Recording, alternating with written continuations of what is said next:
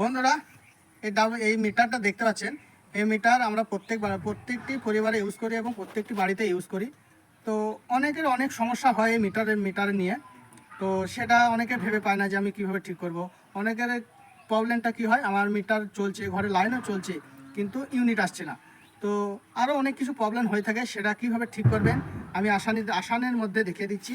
আপনি যদি মিটার নিয়ে থাকেন, এরকম পড়ছি আপনাকে দিয়ে যাবে বা রসিদ দিয়ে যাবে, এর মধ্যে সব কিছু লেখা থাকবে, আপনাকে কিন্তু করতে হবে।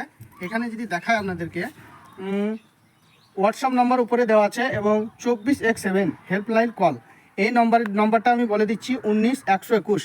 এই নম্বরে যদি আপনারা কল করেন, অফিসের ফোনটা লাগবে, ওই অফিস থেকে আপনার যে সমস্যা, মিটারের যে সমস্যা, সেটা আপনি জানাতে পারবেন, জানিয়ে সেটা ঠিক করতে পারবেন।